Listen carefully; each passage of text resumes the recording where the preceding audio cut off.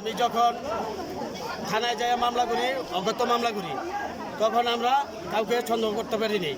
তারপরে আমরা কিছুদিন যাওয়ার পর আমাদের একজনকে টার্গেট হয় যে ওর কথাবার্তা উল্টাপাল্টা বলে দেখে ওরে আমরা সন্দেহ করি।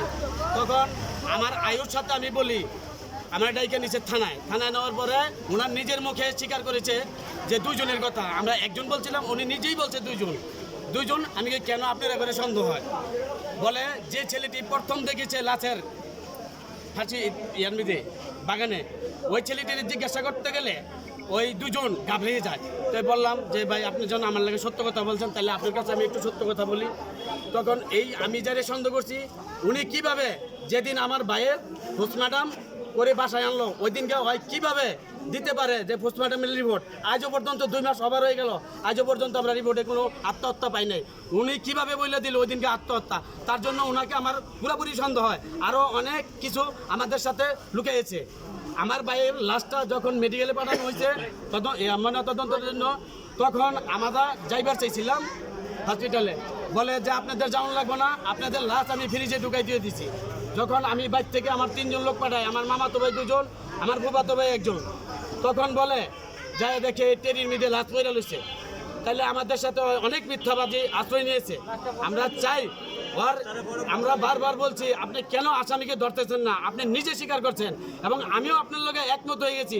আমি যাদের টার্গেট করছি, আপনিও তাদেরকেই টার্গেট করছেন। পুলিশ প্রশাসন আয়ুর নাম কি? আয়ুর নাম মোহাম্মদ বেলায়েত হোসেন।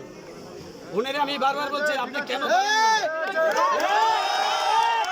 আমি বলতেছি বারবার ধরার জন্য। উনি আমাকে বলে তো আমি তো সন্দেহ করছি। তো সন্দেহ করলে ধরবেন না কেন? আমার একটাই জবাব, সন্দেহ করলে ধরবেন না কেন? পুলিশ টাকা পয়সা খায় এটাই করতেছে। পুলিশ আমি জানি না আমার আয়ুব বেলায়েত সাহেব কি এই আসামিদের সাথে কোনো সম্পর্ক করছে কিনা এটা আমি জানি না। আমার যেই ভাব দেখা যায়, আমার মনে হয় উনি এই আসামিদের সাথে সম্পর্ক করে ফেলাইছে। আসামিদের ধরার জন্য আজকে আমি 2 মাস পরে লাস্টে মানববন্ধন করতে বাধ্য হয়েছি। উনি আমার একটাই দাবি, বাংলাদেশ প্রধান উপদেষ্টা ডক্টর ইউনূস স্যার, তার কাছে অনুরোধ যাতে আমার ভাইয়ের এই আসামিদেরকে অতি দ্রুত ধরে বিচারের আওতায় আনে।